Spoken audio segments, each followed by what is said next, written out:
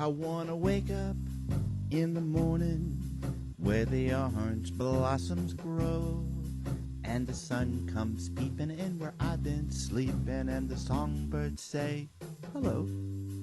I love the fresh air and the sunshine. It's good for us, you know. So I'll make my home in Florida where the orange blossoms grow.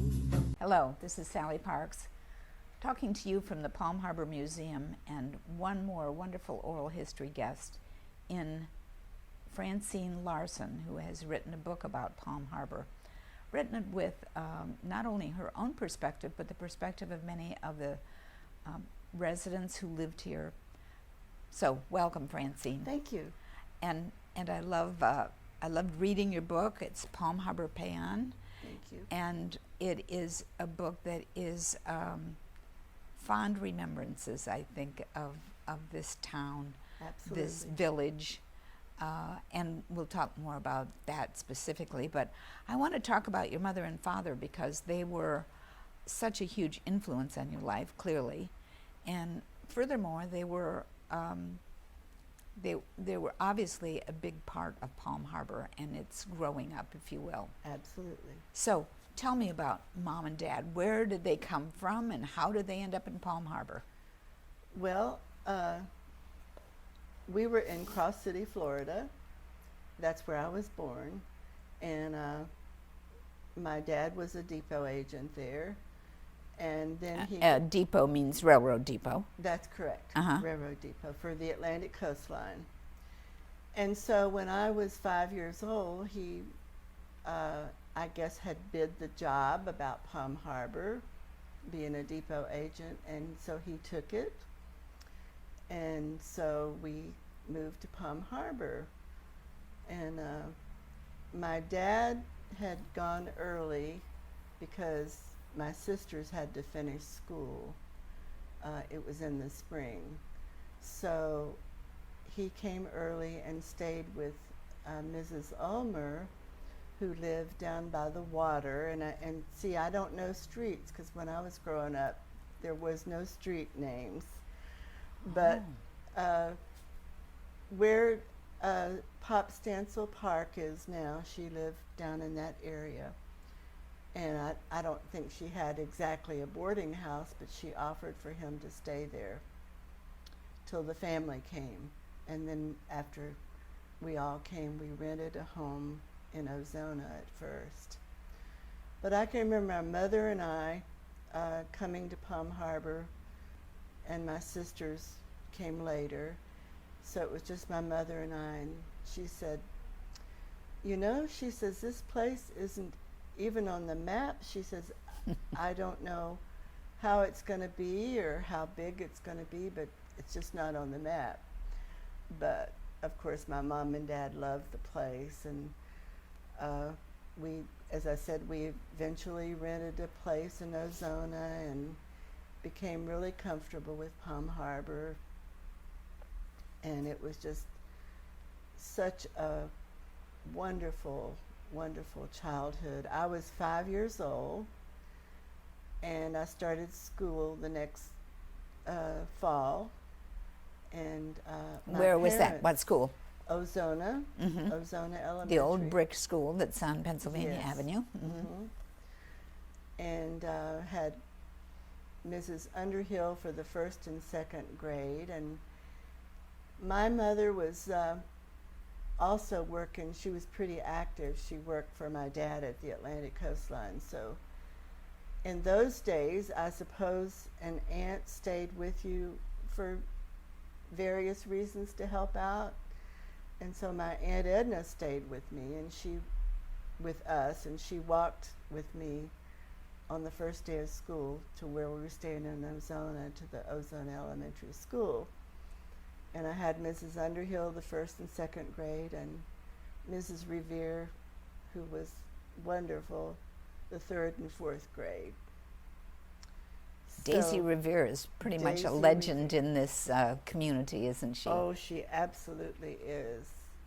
From time to time on my Facebook web page, we talk about Mrs. Revere because she was just such a wonderful teacher. And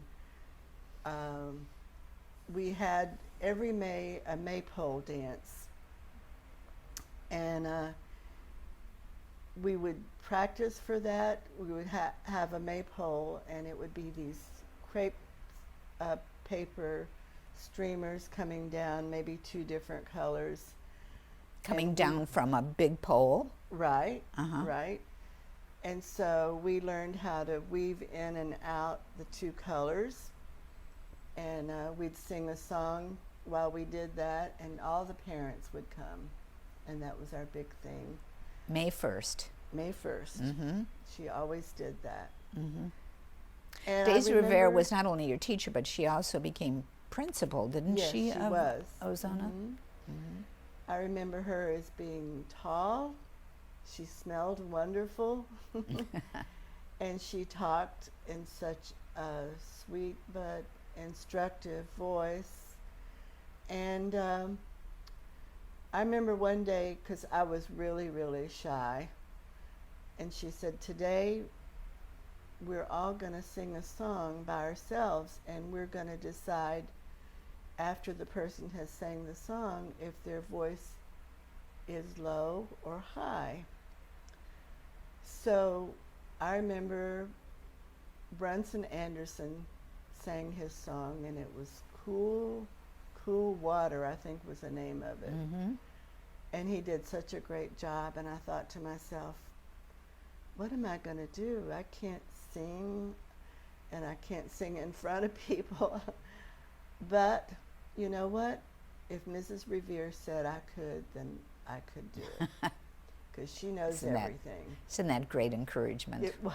So I don't remember what I sang, but I sang. And so when I got through, Mrs. Revere said to the class, does Francine have a low voice or a high voice? And they all said, a high voice. And she said, no, she's got a low voice. So. And she said a low voice because? Well, I think the students thought because it was a soft voice, it was high. Mm-hmm. But really, she just wanted to know the difference between the high and the low for us to understand that. So, Francine, can we go back just a minute to talk about your dad's job? Because to me it was just an amazing multitasking sort of job. So talk about that a little bit. And we've got some pictures right behind us about, you know, this is one of them that I'd like to talk about, because that was an interesting piece. But talk about what his job, what we would call a job description was today, what it was that he did. Well, first off, my dad was from a big family. I think there were 9 kids, so he had to go to work early because his mom was a widow, and he'd always send her some money. So he actually wanted to be an attorney, didn't he? Isn't that what you told me? He did. He was very political minded, and he worked on things. I remember with Kefauver, and he went into Chicago when the Democratic convention was there. Mm-hmm. And he told me, he says, I want you to do something for me while I'm in Chicago. I want you to look in the newspaper and find everything you can about the convention and make a scrapbook. Oh, nice. So he did. And so anyway, getting back to his job, I think he really got started early because he learned at about 14 years old how to use the telegraph, which was a really important job with the Atlantic coastline. And that was done by Morse code in the early days? Yes. You could just hear this tat-a-tat-tat, and my dad would get like a kind of a distant, I guess he was concentrating, a distant in his eyes, and you could tell he was concentrating, and he would have to tell if there was a problem with the trains coming through Palm Harbor, if everything was okay, and then after the train left, he would have to say it left, it was fine, and everything went well. And then as the train was going fast, in my mind it was going fast, and it was very, very loud. Sometimes I'd stand out and watch it, but it was really loud. And then he would have this little thing that he would exchange. He would either take something from them, kind of looking like that, or give it the other way around. I don't know the technical name, but he would have to. But what give was that. it? What was it It used was for? something to do with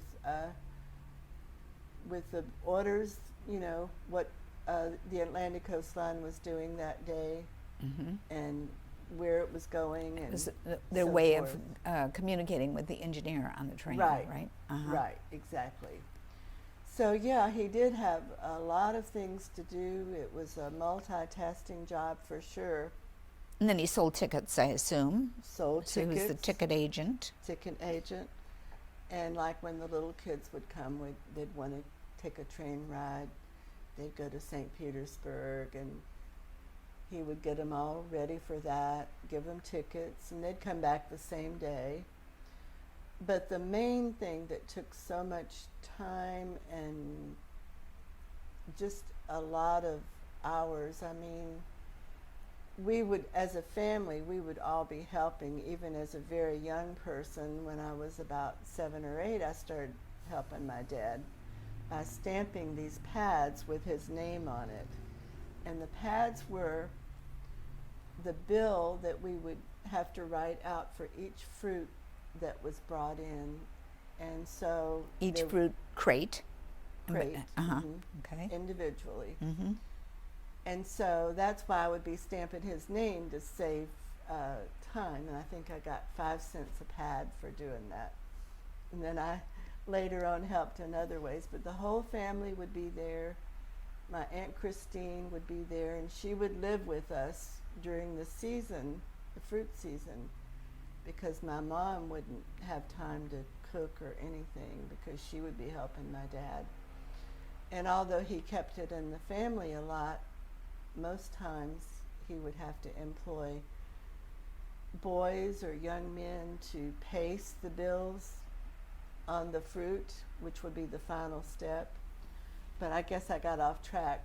His job mainly was this fruit season, which was from about October to May. And the different people, like Harvey's fruit stand, I remember, and their house is still in Palm Harbor. It's a restaurant now on Alternate 19. But like Harvey's fruit stand and Wiggins and some of the others, they would come and maybe bring 200 baskets of fruit, you know, and maybe another one would bring 200 baskets of fruit. So you would When really you say be baskets, are you talking about bushel baskets? bushel or- baskets. Okay. Yeah, they Uh-huh. were round. Uh-huh. And so you would be so busy trying to get that fruit off by the time the train came, and then you had to load it and everything. Now, if there was going to be like a huge, huge number of fruit bushels, sometimes Daddy would know ahead of time, and he would somehow get a car from the Atlantic coastline that was refrigerated, Wow. and we would put maybe work on it all weekend or something, and it would be all ready to go. You know, we would get it loaded and everything. And so that was the main part of Daddy's job, and it was just, I can't tell you how stressed and tired he looked. Like so many times we'd get home like 9 o'clock at night. And of course he had a good relationship with the packing house because a lot of fruit came from the packing house.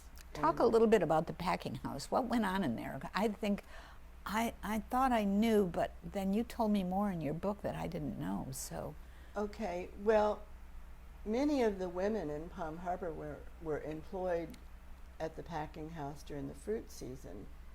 and a this was couple- in the 40s and 50s primarily? Okay. Correct. Mhm.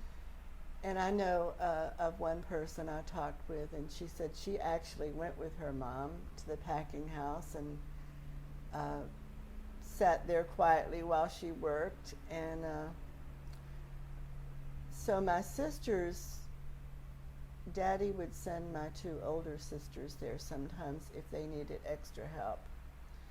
But they would pack fruit. They had to wash it and pack it a certain way. And didn't they sort it by size? And, I mean, Yes. it wasn't all oranges. It was grapefruit. grapefruit, What else? Lemons, limes? lemons, and also there were different kinds of oranges, like temple oranges, so it was, they had a machine going, and it would be, sorting, looking out for problems with the fruit, making sure it was okay, washing it, packing it, and getting it all ready. And as I said, many of the women worked part-time at the packing house, so it was quite the thing. I remember my dad had a real good relationship with Reba Sutton. She was kind of a supervisor or something, I think, and so she'd walk down and talk to us sometime about the fruit and what was expected and did they need some help. My dad would send my two sisters, they were pretty young, but everybody watched out for everybody, and he knew that the one that was in charge would be watching out for my sisters, see that they were safe, because they were probably, 14 and 16 or So something. it sounded like Reba was kind of the liaison between the packing house and the shipper. Exactly. Because that gave your dad a heads up about how much quantity they were going to have to deal with that day or on coming days or something like that. Exactly. Right. Yeah. I loved your story about eating a kumquat, only yeah. because most people don't even know what kumquats are, and if they've had Yeah. kumquats, they've usually had them in preserves, not actually eaten one. So Yeah. Well, when I was a kid, there's a correct way to eat a kumquat. Of course, we'd be just outside playing, and the trees were plentiful back then. The best way to eat one is just to pop it in your mouth, because Right. the sweet and sour goes together. it The is. sweet of the And peeling. you go in with the whole skin, The right? You whole don't skin. peel it, right? Yep. The skin is a little sweet, and the inside is a little sour, so you get everything together. By the same token, there was a correct way to eat an orange. Oh, is that right? You had somebody or your parents cut around a little circle around the top of the orange, and you peel down a little bit, and then you eat the orange like that. I see. And so I there's a still- lot. I love to hear the comments made on my Facebook page about different ways of eating an orange, but we all agreed that that was the way you should eat it when you were a kid, Right, right. So everybody, let's see. I guess I should talk about my dad some more, or No, one thing I want to emphasize is that what was the Atlantic coastline is now the the Pinellas Trail. yes. So a lot of people, that are newcomers here probably don't even know that's No, what they it was. probably don't. And it's a rails to trails kind of thing. So we have pictures that we're showing of the railroad station back in the day, but we also have these fun labels that were used on Oh yeah. were used on the boxes. Absolutely. Yeah. And so we've got some different ones here. And this one I particularly love because it mentions Sutherland, which was the Yes. early name of Palm Harbor. Yes. So, all of these were sort of a part of our wonderful history in Palm Harbor. Exactly. So I want to move on and talk about, if you don't mind, talk about your childhood. So you talked about going to school and your teachers and what have you. But what did you do for fun? What did you do in the summertime? What kinds of things did you do after school when you weren't helping at either helping your dad or stamping the labels or whatever? Well, that was only seasonal, helping Yes, my dad. right, but, right. I guess the main thing was going to Wall Springs as soon as spring got here, and probably till October. Every Saturday, I would be probably at Wall Springs. I mean, people didn't have pools in their homes back then, and we would all be there. I mean, Norman Cullen was the lifeguard. His parents owned it, and you could go spend the whole day because they sold soft drinks and snacks and things, and they had a dressing room if you wanted to get out of your bathing suit. And it was just they had a slide. It was just a wonderful place to go. Did you have to pay to go in there? Yes. Uh-huh. And how much was it? Do you remember? Oh, probably about a quarter or something. I don't remember exactly. But everybody was there. How did you get there? My sister would take me. Drive you? Yes. Uh-huh. And sometimes we go to Weeki Wachee Springs on Saturday. We go to the movies. Dunedin had a movie theater. Well, I don't know if it was back in my childhood or not. I don't know when the Palms Theater came to be, but I do remember going to the movies, probably in Clearwater. My sister's group, she was 5 years older than I was, would go to Thomas Milk Bar at Clearwater after church on Sunday night. That was a big thing. And then in the church groups, we would go to the Causeway for our parties. We'd have wiener roast there. And the palmettos, limbs from the palmettos, we would sharpen them on the end, and they would make a great, you could put your hot dogs and on there and put them over the fire, and that just made a wonderful little thing to put your hot dogs on, and marshmallows, and just have a great time on the Causeway. Probably did a few marshmallows. Oh yes, absolutely. Maybe made some more or something like that. Yeah. So did you have a bicycle? Could you ride around town? Oh yes. And Oh yes. I mean, my parents never worried about us because there wasn't anything to worry about. Everybody took care of everybody. And if I wasn't home by supper, I tried to be, but if I wasn't, they really weren't worried about me. As I said, everybody took care of everybody, and if you did something wrong, everybody knew about it too. I remember seeing one of my friends, she's probably a couple of years older than I was, and we were coming home from somewhere in the car, and I saw her smoking a cigarette, and I thought, oh my, she's going to be reported. I know she's going to be reported. Everybody would know about it. And, you know, everybody knew everybody. So if you went to the PTA meeting, and I think a lot of times us kids went to the PTA meeting and we'd play outside while they were having the meeting. And then we'd come in for refreshments. And my sister must have been quite a character. She had we both had Mrs. Williford because she taught a lot of years. By the way, her parents, I'm sure everybody knows, were the Cravers who first came here. W.C. Craver, right? Anyway, she had Mrs. Williford before I did, and she was telling me about it in junior high school. She said, Mrs. Williford said at the end of the class, now don't stop by anybody's grove and get the oranges. That's stealing. You shouldn't do that. So my sister and her group would say, okay. And then when they were out of sight from Mrs. Williford, they'd have an orange on the way home or something. So. Just kids being kids, right? Just kids being kids. Yep. That's the worst thing that well, a lot of the oranges were on the ground anyway. But, I had Mrs. Williford a few years after that, and right before I went in junior high school, I was looking forward to being in the 5th grade and the junior high school, and what happened that summer, but the school burned down.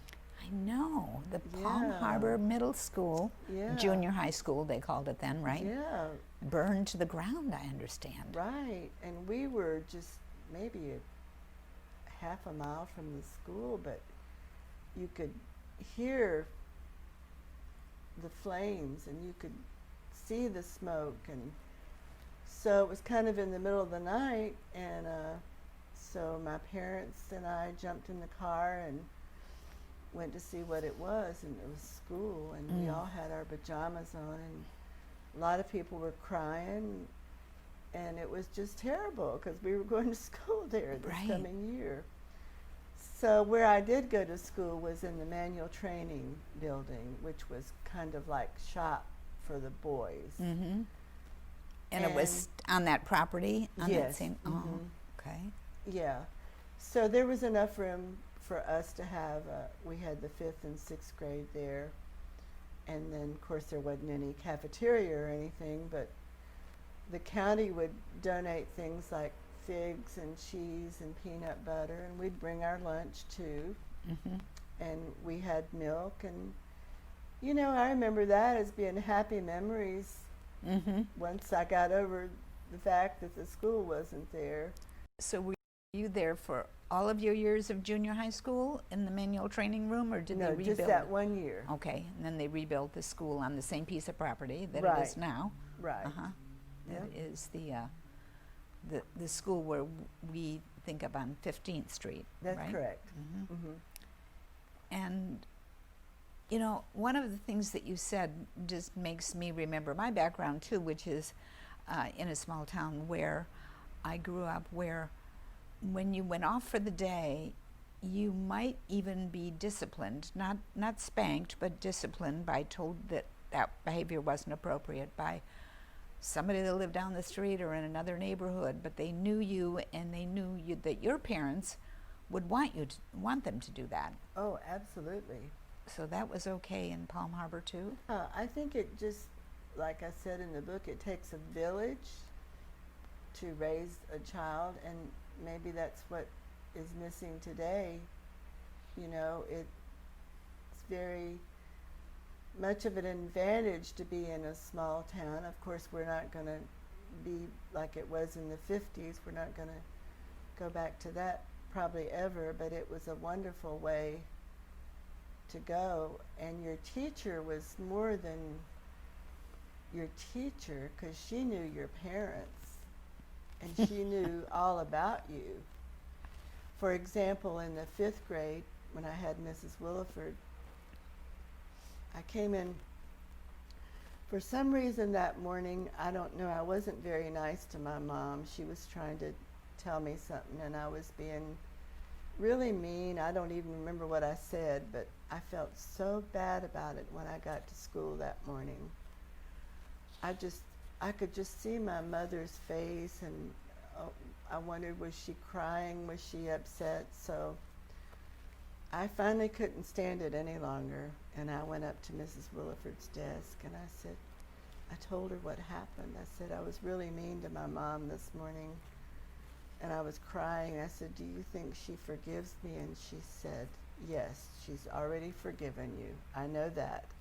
And I felt so good after that. I quit crying. A lesson in So- forgiveness. A lesson in forgiveness, right there. Mm-hmm. And then she knew my mom, and she knew it would be okay.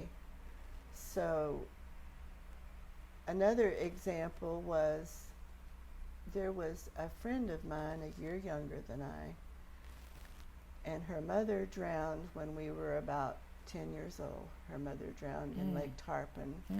We used to call it Lake Butler. And I just was so sad for her. Her father did a great job, as far as I know, bringing her up and everything, but you know, she just didn't have a woman's touch Right. And she was at a time in her life when she needed to know the answers of some things. So at the drugstore back then, I think the owners of the drugstore were named Mr. and Mrs. McDaniel, the nicest people in the whole world.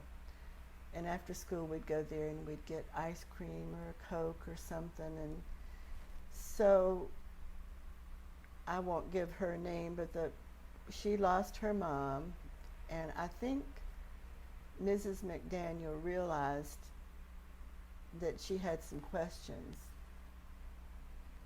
that were very private and very intimate, and she was 10 years old, and so Mrs. McDaniel sat her down in her drugstore and talked to her for quite a while. Mm-hmm. And I thought, Took her under her wing. you know, everybody belonged to everybody else, I suppose, you know. Right. And I can remember my dad, and we would help him get boxes and put canned goods and fruit and things like that for people that he knew of that needed it. It maybe wasn't even Christmas time, but just needed to take care of these people. Mm-hmm. Mm-hmm. So, And I'm sure there were a lot of people that were working the groves and what have you that were living on very marginal incomes, and if there was a bad year for picking and things like that, that would have Right. been a huge matter. That Right. Your dad's income was more secure than many people that just were kind Right. of piece workers. although I never knew the circumstances financial, because it was like we were all one. I mean, it didn't occur to me. I suppose there was, though, people that really needed it. Mhm. And So you wandered around a lot. I mean, I'm sure you rode your bike, you know, from hither and yon. oh yeah, Were there places you were not permitted to go? I cannot think of one place that I was not permitted to go. It was just so safe and Mm-hmm. secure. Mm-hmm. My parents didn't worry about anything. There was, back in the day, a bar called the Hi-Hat, which eventually burned. And so my sister delivered telegrams on her bicycle for my dad. So my dad always told her, if they ask you if this is bad news, just tell them you don't know. And that's all you have to do, be polite. So she did that for Daddy. She did that on her bike. And then one day he said, now we have a telegram we need to take to the Hi-Hat. And of course there's drinking there. He said, so you're going to have to be very careful. He said, so this time I'm going to take you in the car. You're not going to ride the bike. And I'm going to stay in the car and watch you. And I don't want you to go inside. I just want you to hand them the telegram. And if they say, is it bad news? You're supposed to say, I don't know. So anyway, he watched her go up to the door and give him the telegram, but usually she rode her bike. But we all kind of knew as kids, of course, that we couldn't go there. That's about the only place I know. They probably wouldn't have let us in anyway. So A scandalous place, I'm sure. I never did go in there. Right.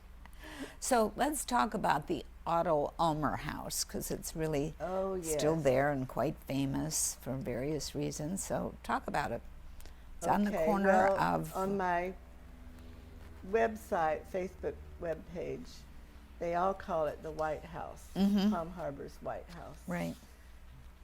A wonderful family lived there, the Ulmers, and they had, their children were Abaitha and Barbara Joe. I think there was another child, but I can't remember the name. Anyway, my sisters were they were about the same age as my sisters, and they would go over and play, as everybody seemed to go over there and play. It was such a big, beautiful house, and it still remains, and they had a basketball court. It was 2-story. And, you know, everybody knew about it as the White House, and the Ulmers lived there. Mm-hmm. And I never went inside because I wasn't the age of the friends of my sisters, but they were over there a lot. If you think of it in the old Palm Harbor area, especially, it's kind of the mansion for sure. Oh, yes. So absolutely. it really is a gorgeous house. Absolutely. On the corner, I think, of Pennsylvania and County Road 1. Yes. I think I'm right in saying that.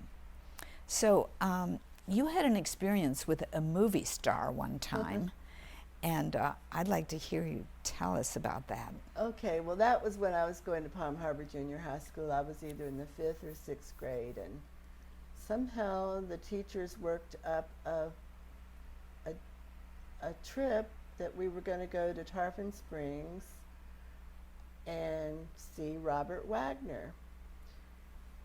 He and Terry Moore and Gilbert Rowland were coming to town to make a movie called Beneath the 12-Mile Reef, which I still love that movie. So we went there and as a class, and Robert Wagner was probably about 22 years old, very handsome, and they had his hair dark to look like a Greek and curled, and he was just so handsome. And of course, I was at a very awkward age, you know, and I didn't think of myself as, you know, looking real cute or pretty or anything, but he was so nice to us. One at a time, he would take us, and if we wanted our picture with him, that's what he would do, and he would smile and joke around with us and just be very, very nice. And for an awkward 11 or 12-year-old, that was just great. I still have that picture. I know, and actually that picture is in your book, and I love that. It was so much fun to see Thank that you. and hear that story about how your observations about the other actors and of course about the film, which didn't get very good reviews, but you love it, and Oh, I I think love many it. people that see it do like it. You know, it just didn't Right. have all the artistic things that critics like. Right. So back home, that was in Tarpon Springs. Back home, you did things like Sadie Hawkins Dance, or Sadie Hawkins Day. Yes. What is Sadie Hawkins Day? Well, Little Abner describes it. You know, it came from the comic strip Little Abner. And they called it Sadie Hawkins Day, and that was a day that the girls could chase after the guys and possibly get them to marry them. But it was their day to go after them. So we had a garage separate from our house. My sisters would sweep out the garage. We're going to have, like if we're going to have a Sadie Hawkins Day party, they would take all their pop bottles, or think this size you could get 2 cents, and the bigger ones you could get 5 cents to buy refreshments. So they would take them all to the store, Mr. George Ulmer's store. He would give them money for it, and they would buy snacks. And so that's how they got the refreshments for the party, and they were going to invite the boys. And then at a certain time at the party, I remember the girls were chasing the boys all down different streets in Palm Harbor. Oh, really? They Oh, my actually gosh. did physically chase them. I don't know what they did with them when they got them, because I didn't go all the way. I was always probably the one in the way, because my sisters were 5 and 7 years older than I was. You were the youngest. But it was just my observation. I just remember them running, chasing these boys down the street. So that was And Sadie. talk to me. Yeah, well, go ahead. I'm sorry. I didn't mean That's to okay. interrupt. I'm through. So there were other things like hobo parties and box suppers.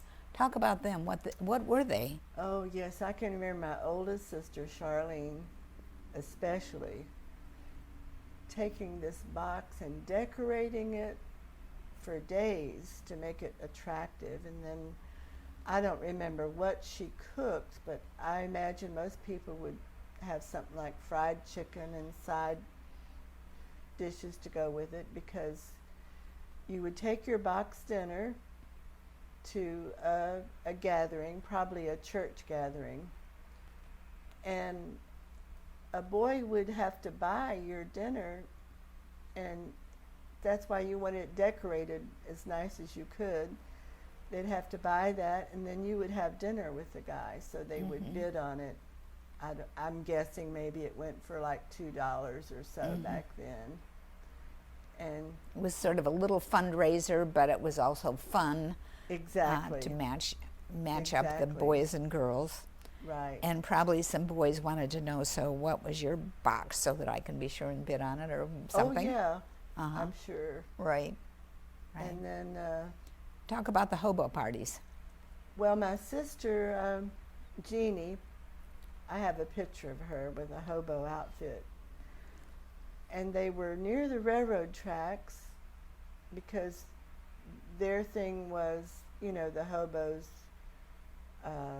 rode the train and the car, and they would have food with them, like the hobos did, I guess beans or something like that. So I have a picture of her with her food and in her outfit, you know, at the party. But the thing about it was they would be near the railroad track at night. It would, you know, those are the things you could do in a small town. Right. You know. I loved the fact that you said that they carried a fry pan to use like a banjo. Yes. Right. Yes. And it was a fun thing. It was usually a church group or something, you know. And then I remember the cakewalk, especially with Rainbow Girls. I didn't mention Rainbow Girls, but that was a very popular thing. When you were 12 or 13, you were eligible to be in Rainbow Girls. Were you sort of invited to be a Rainbow Girl, or how did it work? If your dad was a member of the Masonic, your dad or your mom, member of the Masonic movement back then, I don't know that you could be in it if they weren't, but you had to be voted on. Maybe you could be.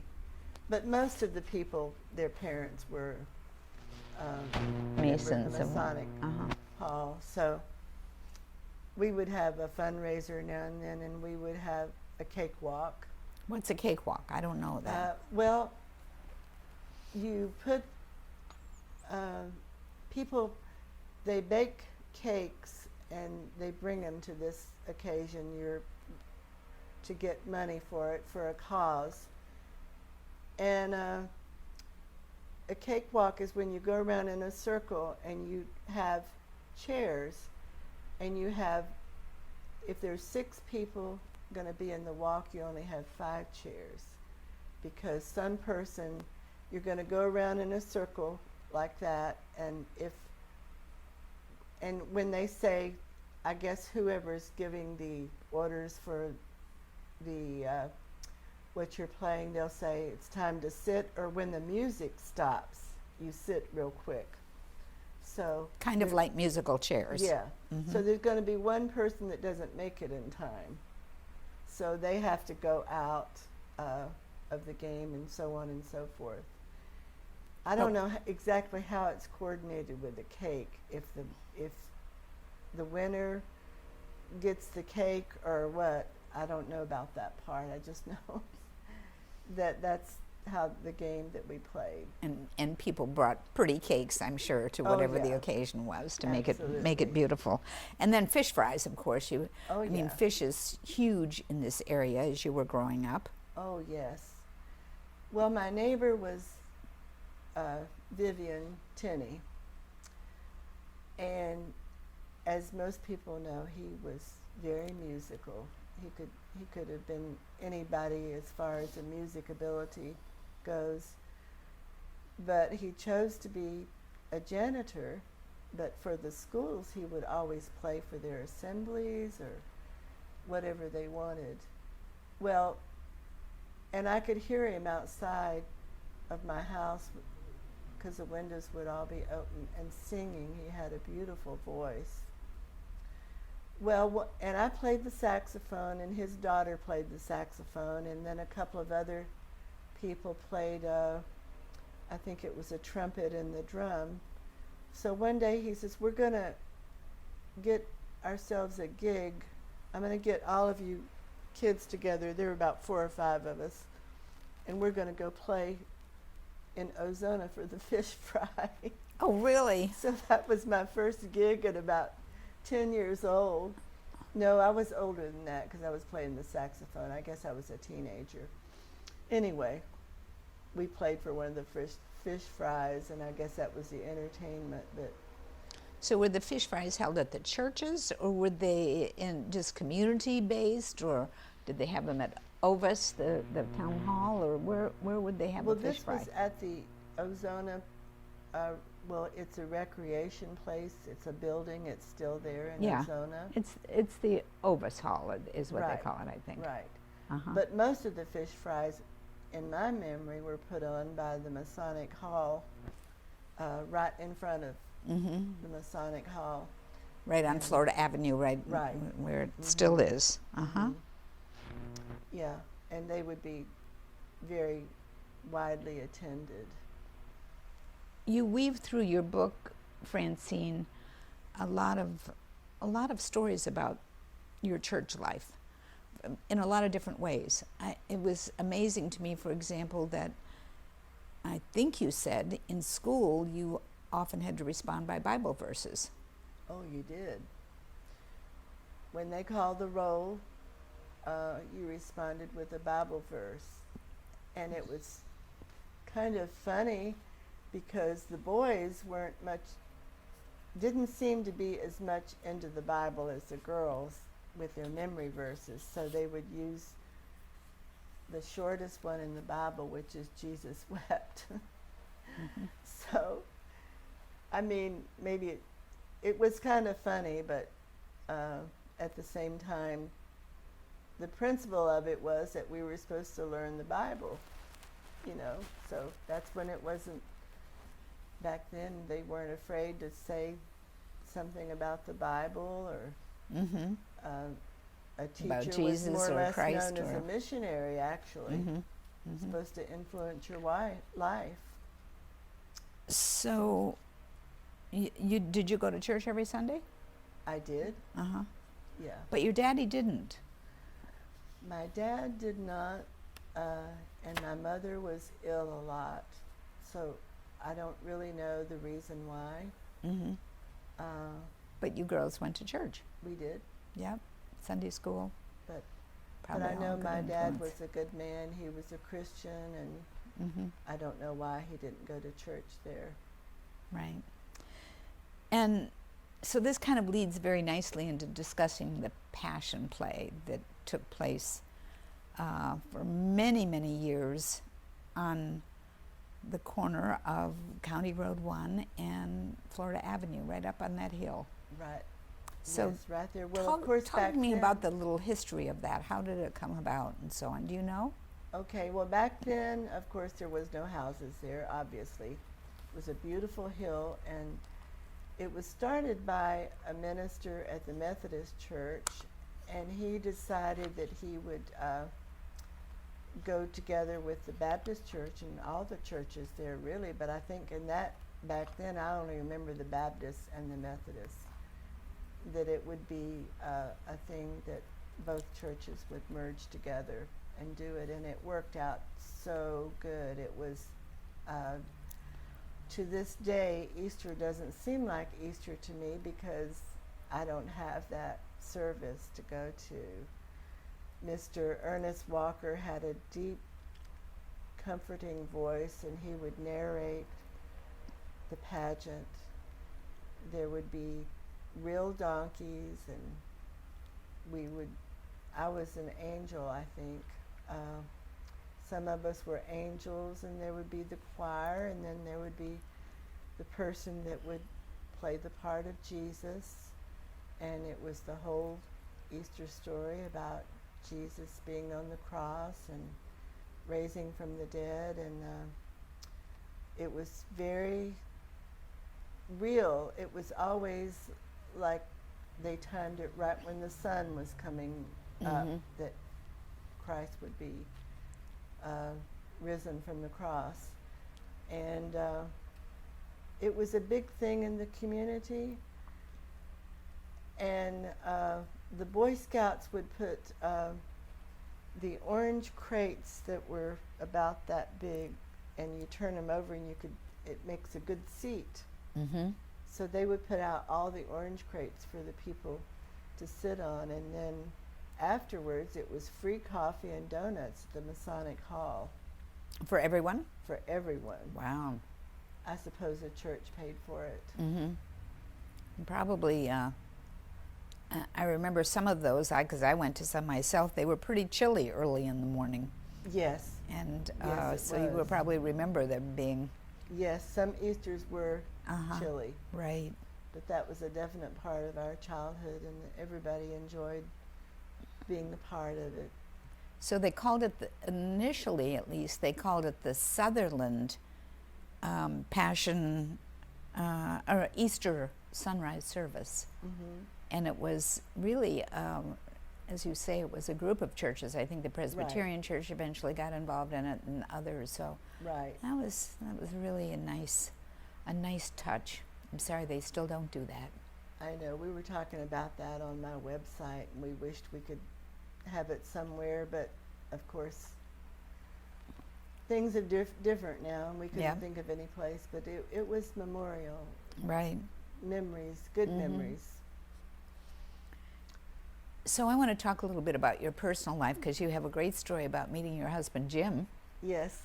And so tell me a little bit about that meeting the first time and maybe subsequent times. Okay. Well, I met him on a Sunday night. I had been to church, and I was with my girlfriend, Glenda, as I recall. And of course, the drive-ins were big back then, Drive-in movies or drive-in restaurants? restaurants. Mm-hmm. And we were at the A&W drive-in restaurant. Which was in where? Tarpon Springs. In Tarpon, okay. So Glenda and I were having a root beer and maybe a hamburger, I don't remember. And this car Describe what it was like. So you were sitting in the car, right? And Sitting in the somebody car. brought the food to you. yes, And absolutely. they had little shelves that went on the side of your... Yeah, little door. trays on the driver's side, and there would be the root beer was very good. It was really cold in a mug, and so it was a very popular place. And so we're sitting there having our root beer, and this aqua color Impala with two guys. Chevy Impala Aqua, wow. Yes, comes up. And I think it had their boat attached.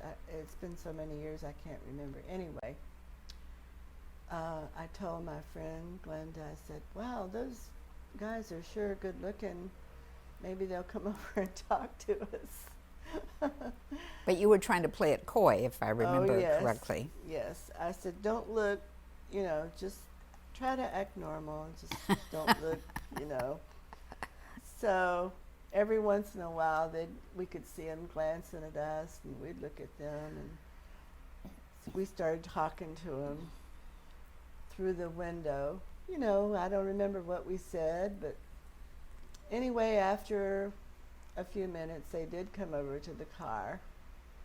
And so I was flirting with Jim, and I thought, how can I get him to ask me out? So I told him I really liked his class ring, and I said, could I try it on? And he said, okay. And I tried it on, and I was going to keep it so he'd have to call me. But unfortunately, he asked for it back, so I wasn't sure he would call me, but he did. Information was exchanged. Mm-hmm. Yes, I suppose so. I think there was something about he thought he had lost a number or something, but he didn't. But anyway, he did call, and so we dated for about 3 months and decided we loved each other. We wanted to get married, and then all of a sudden we broke up, and I was a telephone operator at Clearwater, which was a really interesting job. And that time I was at another friend. I was with her, and we went to the A&W in Clearwater. And I hadn't seen Jim in almost a year, so I didn't know what he was doing. I was praying for him every night, though. So this friend said, "Isn't that car that just came up, isn't that your former fiance?" And I looked over and I said, "Oh, yes, it is." I said, "Oh, I don't like him. Let's just go." You know? And she said, "I don't think you really mean that. You're just upset because he broke up with you." And so he saw me, and we waved at each other, and pretty soon he came over to the car, and we started talking. And I don't remember how it came about, or if I assumed that I gave him my phone number again. I don't really remember, but I do know I got a call the next day, and we went out for coffee, and we decided we loved each other, we had missed each other, and we wanted to get married. So the flame was reignited. In both A&Ws. Right. That's And cute that there so were two different ones. We've been married now for, I think it's 57 years, and we have 4 daughters, Wow. and he's a good guy. That's wonderful. Lucky you. Did you go on and have any further education beyond high school? Yes, I went to, it was called junior college then, St. Pete College, for 2 years. Mm-hmm. Actually, I was going to be a teacher. I was getting ready to transfer to FSU for my other 2 years, and that's when I met Jim, so I didn't go. Mm-hmm. So did you work during your married life? Well, I was a telephone operator in Clearwater when we met, and I remember that telephone company on Drew Street, Oh, right? gosh, it was between great. Drew and Cleveland. I'm not sure Yeah. which was the face of it. That was Lincoln, I think, was the side street it was on. Yeah, that was a great job. Right. And I worked for a couple of months after that, and then we wanted a baby right away, so I did get pregnant right away, and I quit my job and stayed home.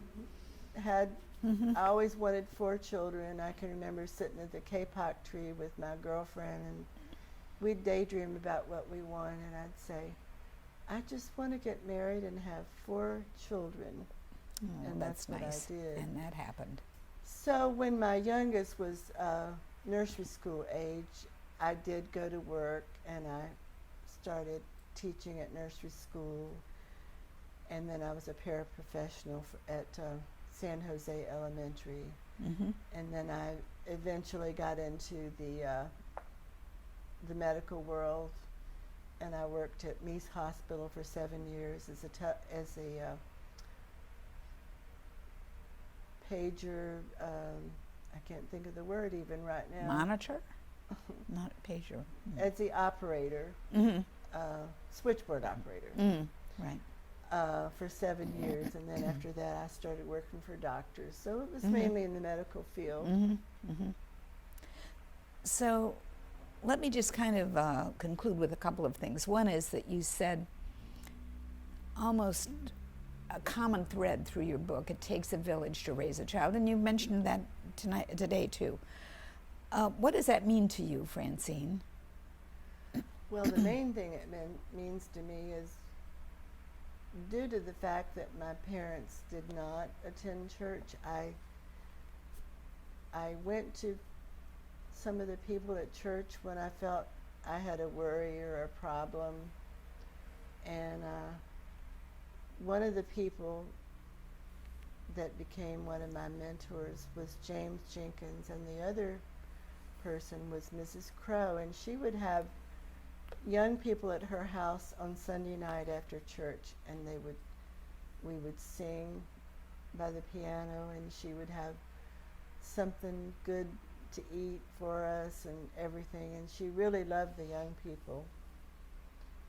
Well, when I was about 16 years old, and I had been baptized because my dad occasionally would come to church, and he encouraged me to be baptized. Well, when I got to be about 16 years old, I realized that I didn't know what all that meant. I was just baptized because I was told that I should do that. And no blame, I'm not putting that on my parents. I'm just saying, in my mind, maybe they thought I understood it, but I didn't. So I went to Mrs. Crow one day and I said, you know, I've been baptized, but I really didn't know what was happening, and I really don't feel like I'm a Christian. And so she sat down with me and she told me how to pray and ask God for forgiveness and to accept Jesus as my personal Savior, which I did. Mm-hmm. And that changed my life completely. Mm-hmm. But she cared enough to spend time with me even after that and encourage me. Mm-hmm. So everybody was, you know, there for everybody else, and I'm sure my parents were there in a different way for other kids. That's true, I'm sure. Maybe not just in that way, but they were always willing to help other people. So that kind of leads me to my final question, which is, what is your personal philosophy? What do you believe in? What are your values, I guess I might ask, or what is it that you think is the most important thing in Well, life? I just think the most important thing is my relationship with Jesus Christ. If